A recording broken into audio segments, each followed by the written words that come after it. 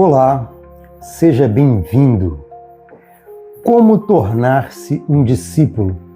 Esta conversa hoje ela pode parecer um pouco mais longa, ela pode parecer um pouquinho mais demorada, mas ela é extremamente importante, porque mais importante, mais fundamental do que você ter a informação é você compreender esta informação. Quando alguém lhe dá um aviso, abaixe-se, você entendeu, baixar. Mas quando alguém diz assim, abaixe-se, está vindo um machado na sua direção, aí você compreende a importância daquela informação. Então, por mais que a informação ela seja importante, o compreender ele é ainda mais importante. Então, hoje nós falaremos como tornar-se um discípulo.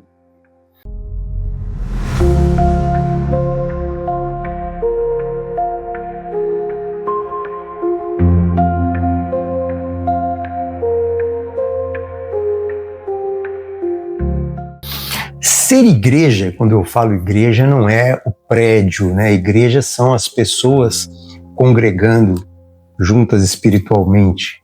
Quando Jesus referia-se à igreja, ele referia-se a essas pessoas, não a uma parede, não a um prédio físico. Ser igreja é crescer servindo a Deus e amando as pessoas. Isso é ser igreja. Cada um é responsável pelo seu próprio crescimento espiritual. Você é responsável pelo seu crescimento espiritual. Mas também nós somos chamados, convocados, nós somos chamados a ensinar e a cuidar dos que estão ao nosso redor. O discipulado, ele não é só falar, ele é viver junto. O discipulado não é só você explicar e ensinar, é você conviver. Jesus, ele ensinava com palavras, mas também com atitude. Para formar discípulos de verdade, é preciso caminhar perto, é preciso caminhar com compromisso. Então, como tornar-se um discípulo? Para entender como se torna um discípulo de Jesus Cristo, faz mais sentido começar essa conversa por onde ele começou. Embora seja verdade que Jesus ele disse aos apóstolos, e disse-lhes, vinde após mim e eu vos farei pescadores de homens. Mateus 4,19. Nesse versículo, Jesus ele está no início do seu ministério público. Ele encontra Simão, que viria a ser Pedro, e André, né? Eram irmãos que eram pescadores e os chama para segui-lo. Em vez de continuar pescando peixes, eles agora seriam chamados a alcançar pessoas com a mensagem do reino de Deus. Elementos importantes desta frase dita por Jesus: vinde após mim, siga-me. É um convite direto. O discipulado, ele começa com seguir Jesus, não é apenas aderir a uma religião, é seguir mesmo. Eles começam seguindo, caminhando junto. E vos farei, ainda na frase, e vos farei. Isso é transformação. Ou seja, a coisa ela não vem do esforço humano, mas ela vem de uma obra feita por Cristo em nós. Pescadores de homens. É uma missão clara. Alcançar pessoas, alcançar outras pessoas, retirá-la das águas da perdição e conduzi-las à vida em Cristo. Nós vemos nisso com clareza, nós vemos essa passagem com clareza no discipulado. O discípulo, ele começa com o chamado e segue com a transformação. O discipulado, então, ele começa com o chamado e ele segue com uma transformação. Jesus, ele forma o discípulo para uma missão. Ele não forma o discípulo apenas para ele ter um aprendizado teórico, ele forma para uma missão. O foco não é apenas seguir, mas seguir com propósito. Seguir para poder impactar vidas. A Bíblia, ela registra uma mensagem que ele proclama antes dessa que nós falamos, uma mensagem anterior, no registro bíblico, diz: daí por diante passou Jesus a pregar e a dizer: arrependei-vos, porque está próximo o reino dos céus. Mateus 4,17. Esse versículo ele marca o início da pregação pública de Jesus, depois do batismo e do período de Jesus e da tentação no deserto. Ele inaugura o ministério de Jesus com uma mensagem direta, simples, porém profunda. Antes de qualquer milagre ou ensinamento extenso, ele começa com um chamado, e é um chamado ao arrependimento. Arrependei-vos. Metanoite no grego, né? Não é apenas sentir remorso, mas é mudar a tua mente, mudar o coração e mudar a direção da vida. É um convite à transformação, é um convite a uma transformação radical voltando-se para Deus. Porque está próximo o reino dos céus. A expressão, ela aponta para a chegada de algo divino, a chegada de algo novo, uma chegada urgente. Jesus ele inaugura a presença do reino entre os homens, o reinado de Deus nos corações e nas relações. E as aplicações para o discipulado e pregação? Todo discipulado ele começa com arrependimento, o reconhecimento da necessidade de mudança. O reino ele não é só futuro, mas ele já começa com Cristo e ele está disponível agora. O reino está disponível agora, enquanto nós estamos aqui conversando. A urgência da mensagem ela deve ser comunicada com amor, mas com clareza. E o contexto bíblico que nós temos para isso? João Batista, ele aparece no deserto da Judéia pregando uma mensagem direta e urgente. João Batista, ele é o último profeta do Antigo Testamento e o anunciador do Novo, preparando o povo para a chegada do Messias. Arrependei-vos. O arrependimento, ele é o primeiro passo para entrar no reino. No grego, a metanoite, ela indica mudança de mente, propósito, mudança de direção. Porque está próximo o reino dos céus. João, ele anuncia a iminência da manifestação divina em Jesus. O reino dos céus, essa é uma expressão característica do Evangelho de Mateus. Equivale ao reino de Deus. Porém, ela foi adequada ao público judeu, porque eles evitavam usar o nome de Deus diretamente. Então, tudo se conecta. João Batista, arrependei-vos porque está próximo o reino dos céus. Mateus 3, 2. E Jesus, arrependei-vos porque está próximo o reino dos céus. Mateus 4, 17. Isso mostra que Jesus continua e ele aprofunda a mensagem de João, mas agora com autoridade messiânica. Ambos começam chamando ao arrependimento, revelando que esse é um fundamento para qualquer transformação espiritual. Isso está nas palavras dos dois. A aplicação dessa informação para o discipulado, para o evangelismo e para o ensino.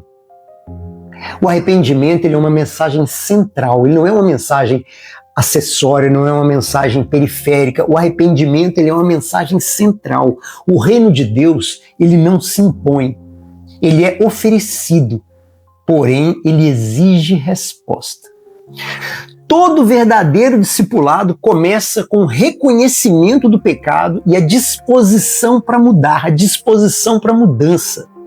Ele mostra a continuidade da mensagem entre João e Jesus, em quem seu nome pregasse o arrependimento para a remissão dos pecados a todas as nações, começando em Jerusalém.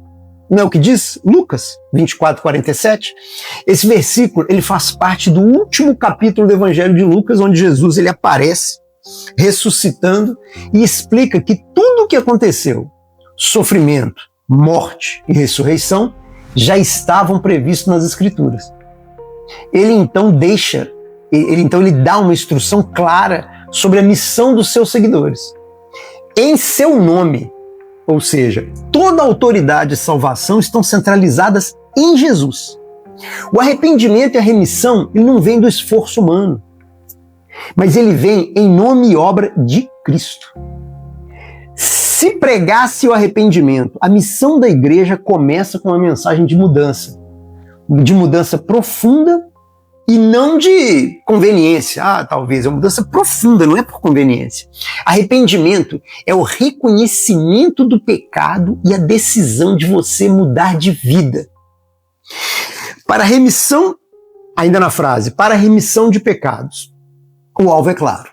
O alvo é o perdão verdadeiro e a reconciliação com Deus. O arrependimento, ele não é um fim em si. Você não arrepende pelo arrependimento. O arrependimento, ele não é um fim em si, mas ele é um caminho para a libertação e para a nova vida. E ele ainda diz, a todas as nações, começando por Jerusalém. A missão, ela é global, universal, mas ela começa ali onde os discípulos estão. Você começa a sua missão em volta de onde você está. Você começa com você mesmo no arrependimento, na sua casa, as pessoas à sua volta, a sua igreja, a sua comunidade, cidade. A missão, ela é global, mas ela começa onde os discípulos estão. Jerusalém simboliza nosso ponto de partida local e todas as nações apontam para o chamado missionário universal. Tudo se conecta novamente, né? Ide e fazei discípulos de todas as nações, Mateus 28, ali no 19 e 20, e sereis minhas testemunhas até os confins da terra, Atos 1, 8. Arrependei-vos e cada um de vós seja batizado para a remissão dos pecados, Atos 2, 38. Na prática, o evangelho ele começa com arrependimento e ele termina com a reconciliação. A missão da igreja é anunciar Cristo com clareza e urgência, chamando pessoas a mudar de vida. Você e depois você, as pessoas próximas de você. Não existe evangelho verdadeiro sem arrependimento e sem cruz. Guarde isso, não existe evangelho verdadeiro sem arrependimento e sem cruz. Respondeu-lhes Pedro, arrependei-vos e cada um de vós seja batizado em nome de Jesus Cristo para a remissão dos nossos pecados e recebeis o dom do Espírito Santo. Atos 2:38. Após o derramamento do Espírito Santo e do sinal de línguas em Atos 2, Pedro ele se levanta e faz uma pregação poderosa, explicando que aquilo era um cumprimento da profecia de Joel e de Jesus. Crucificado e ressuscitado é o Messias. O povo pergunta, que faremos? Versículos 37. Pedro responde com Atos, o 2:38 que falamos.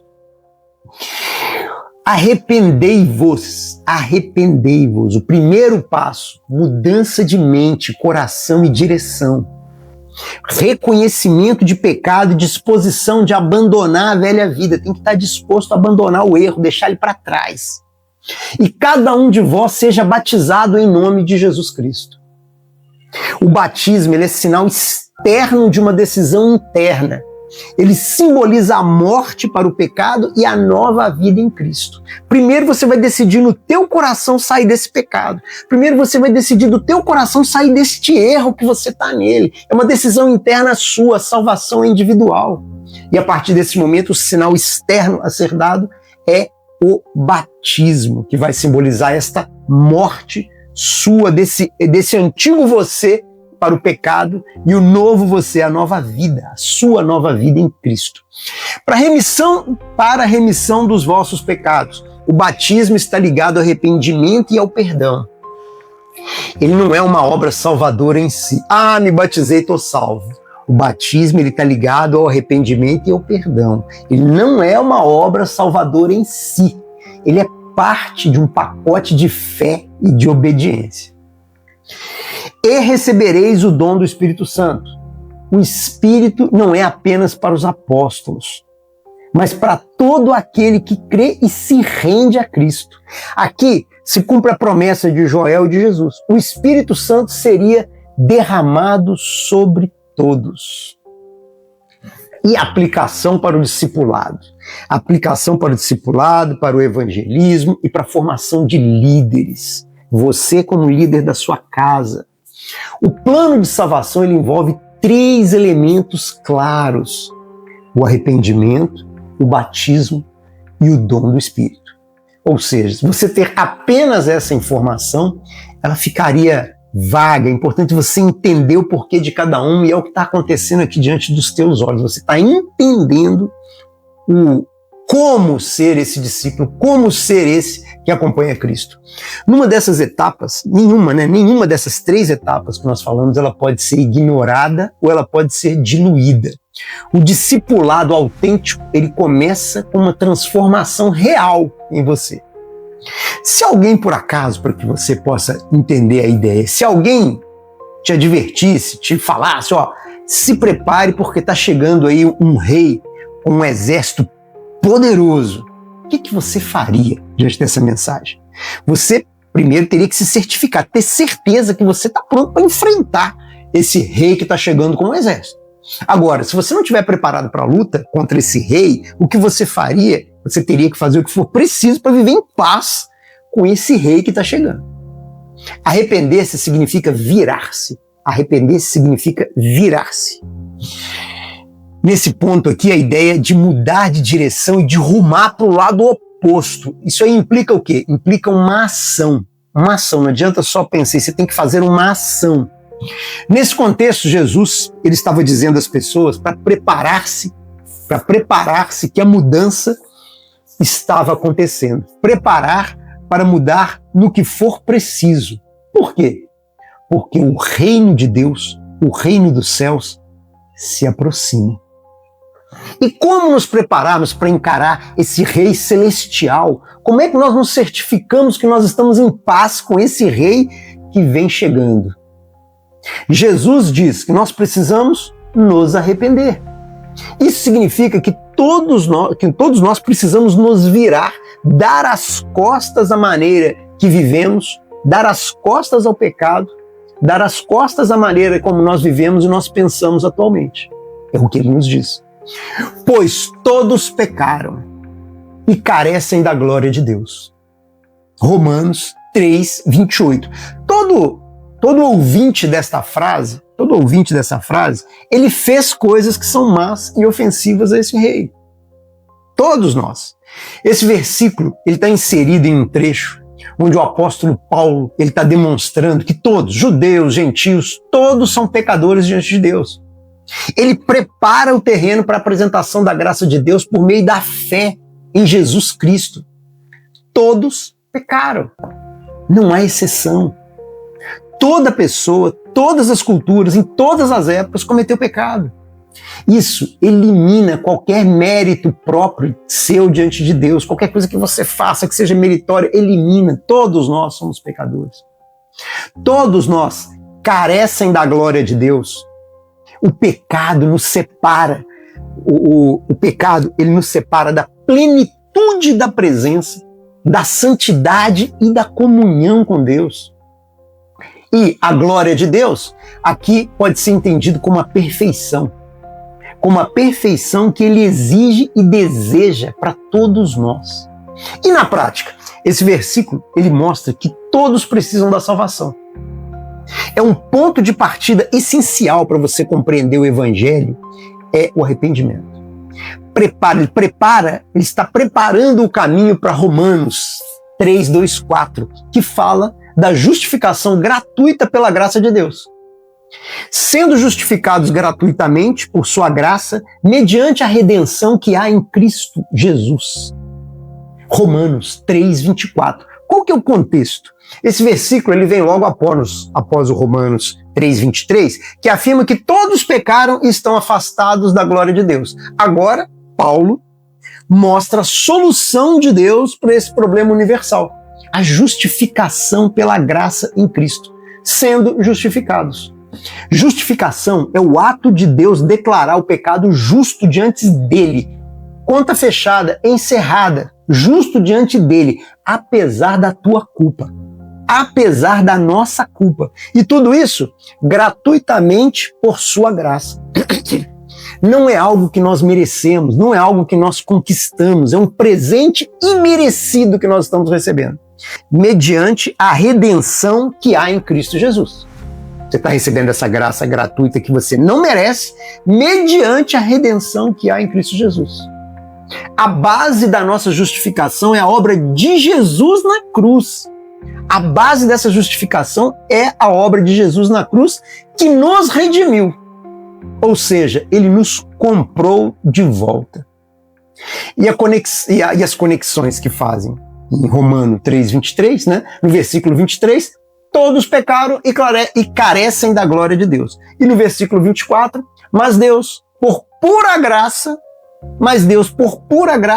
justifica aqueles que creem em Jesus. No versículo 24, mas Deus, por pura graça, justificam os que creem em Jesus. E na prática, Dom, ninguém é salvo por boas obras ou por esforço próprio. Ninguém é salvo por boas obras ou esforço próprio. Não há nada que você tenha feito. Eu não posso te salvar. O padre não pode te salvar. O pastor não pode te salvar. O reverendo não pode te salvar.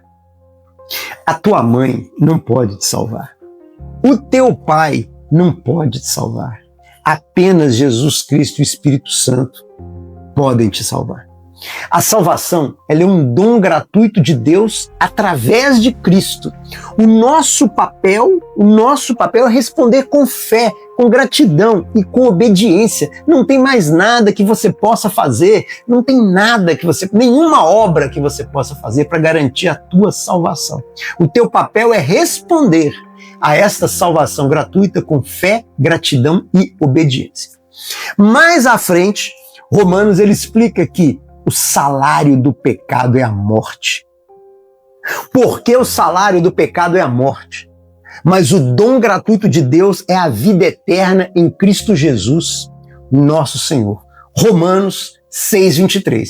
Esse versículo, ele resume duas realidades espirituais opostas: a consequência do pecado e o presente da salvação. Nós poderíamos dizer que é uma das declarações mais claras da Bíblia sobre a gravidade do pecado e a graça de Deus. O salário do pecado é a morte. Essa é a expressão. O salário do pecado é a morte. O pecado, como escolha de desobediência a Deus, ele gera separação espiritual e a tua morte eterna. A tua morte para a vida eterna. Ou seja, o salário é aquilo que se recebe por merecimento. O pecado, como escolha de desobediência a Deus, gera essa separação e a tua morte para a vida eterna.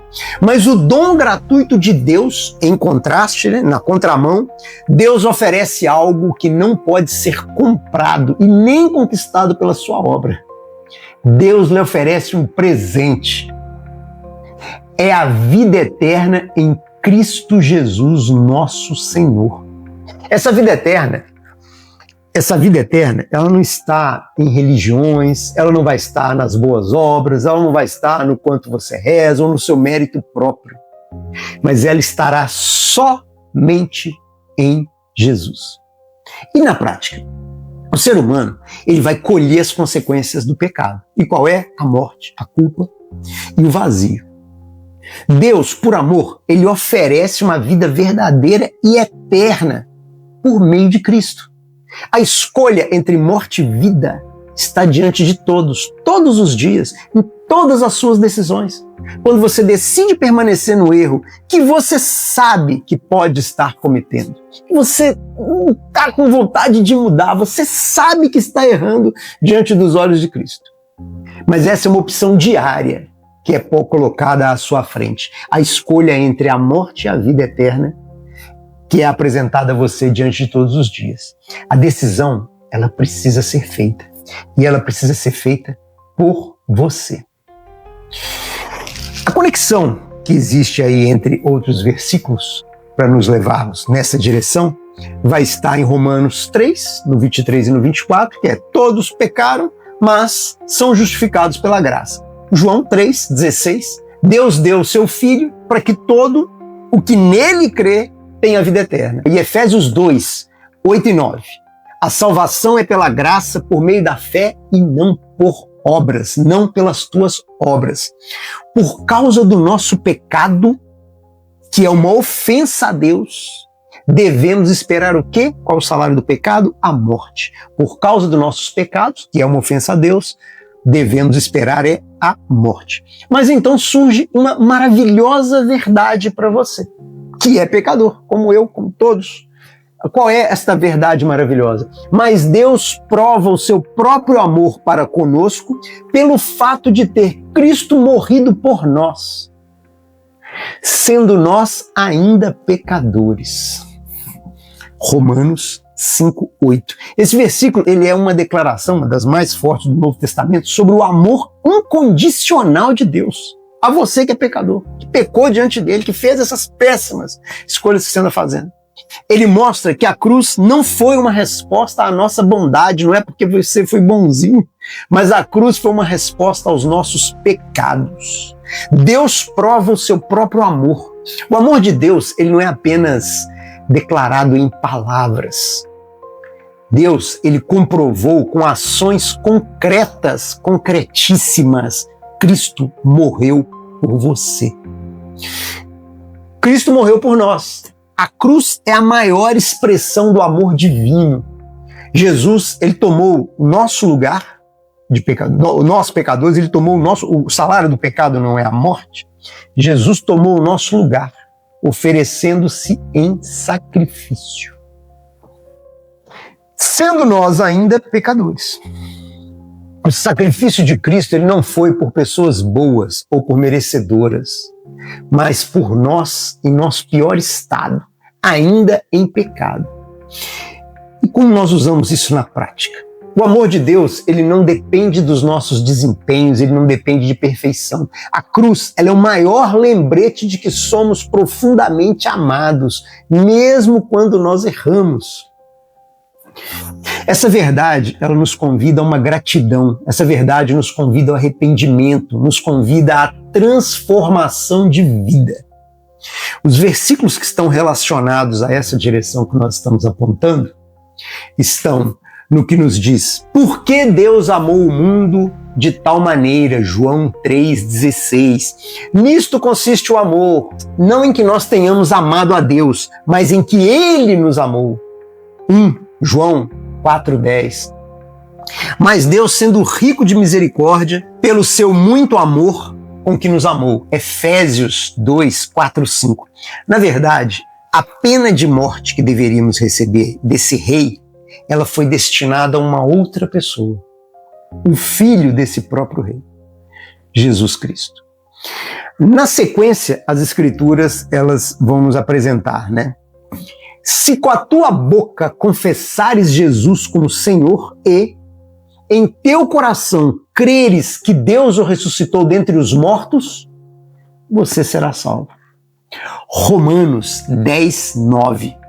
Esse é um dos versículos diretos sobre como alguém pode receber a sua salvação segundo o Evangelho. Então preste atenção na força. Se com a tua boca confessares Jesus como Senhor e em teu coração creres que Deus o ressuscitou dentre os mortos, serás salvo. Romanos 10:9. Paulo, ele resume aqui a resposta humana ao chamado de Deus com dois elementos fundamentais: confissão e fé. Se com a tua boca confessares Jesus como Senhor, confessar é reconhecer publicamente a autoridade de Jesus sobre a tua vida. Senhor, o Senhor aqui significa dono, significa mestre, significa governante. Não é apenas um título religioso. E em teu coração creres que Deus o ressuscitou dentre os mortos, a fé salvadora crê na ressurreição como fato real e decisivo. A fé que vai te salvar é você acreditar na ressurreição como fato real e decisivo. Essa crença, ela expressa a tua confiança em quem Jesus é e no que Ele fez. Serás salvo. A promessa ela é clara. A salvação ela vem pela fé verdadeira e a salvação vem pela confissão sincera. Não é por obras, não é pela tradição, não é pela religiosidade, não é pela religião, é pela resposta do teu coração ao Evangelho. É daí que virá a tua salvação. Na prática, a salvação ela é pessoal, a salvação ela é individual. A salvação ela é acessível, você tem acesso a ela e ela é transformadora. Porém, não basta crer intelectualmente com a sua inteligência, é necessário você se entregar. Esse versículo ele é ideal para o apelo evangelístico e para o discipulado básico, para que você possa trazer as pessoas juntas a você nesta verdade. E nós vemos esse ponto também em outras passagens, quando nós lemos: porque o coração se crê para a justiça e com a boca se confessa para a salvação. Romanos 10:10. Mas a todos quanto o receberam, deu-lhes o poder de serem feitos filhos de Deus. João 1:12. Pela graça sois salvos mediante a fé. Efésios 2, versículo 8 e 9. Somos salvos pela graça de Deus mediante a fé em Jesus Cristo. Tudo tem a ver com quem Jesus é, tudo tem a ver com o que Jesus fez. Parte do nosso arrependimento consiste em deixar para trás, abandonar a crença que há algo que você pode fazer para se salvar. Abandonar essa ideia que as suas obras podem te salvar. Tudo foi realizado por Jesus Cristo. A ideia de que alguém pagou pelos nossos crimes soa um pouco estranho para a gente. Acaba desafiando o nosso modo natural de pensar. E a ideia de que precisamos confiar no sacrifício de outra pessoa em nosso favor é algo ainda mais estranho para nós. Mas entender isso a despeito de ser mesmo sendo um pouco esquisito para nós, é coerente com a ação de Deus ao longo de todas as Escrituras. Nós temos uma ilustração disso quando nós lemos o Êxodo, o livro de Êxodo. Nessa passagem, Moisés ele adverte o faraó repetidas vezes acerca do que Deus faria se ele não se arrependesse. Essa história ela atinge o ápice quando Deus diz que traria morte aos primogênitos de cada família. O primeiro a nascer, o primogênito de todas as famílias, caso o faraó não se arrependesse. Ao mesmo tempo que Deus diz isso, ele diz ao povo que se colocassem o sangue do cordeiro nas portas de suas casas, o anjo do Senhor passaria por cima delas e não mataria o filho mais velho daquela família. Portanto, até nesta passagem do Êxodo, as pessoas tiveram que confiar no sangue do cordeiro para a sua salvação. E essa era a única maneira que poderia se salvar. Não interessava a obra que você fez, não interessava a fé que você tivesse, você precisava confiar no sangue do Cordeiro. Ser discípulo é mais do que seguir mandamentos. Ser discípulo é viver com Jesus, é aprender com Ele. Ser discípulo é imitá-lo e ajudar os outros à sua volta a fazer a mesma coisa.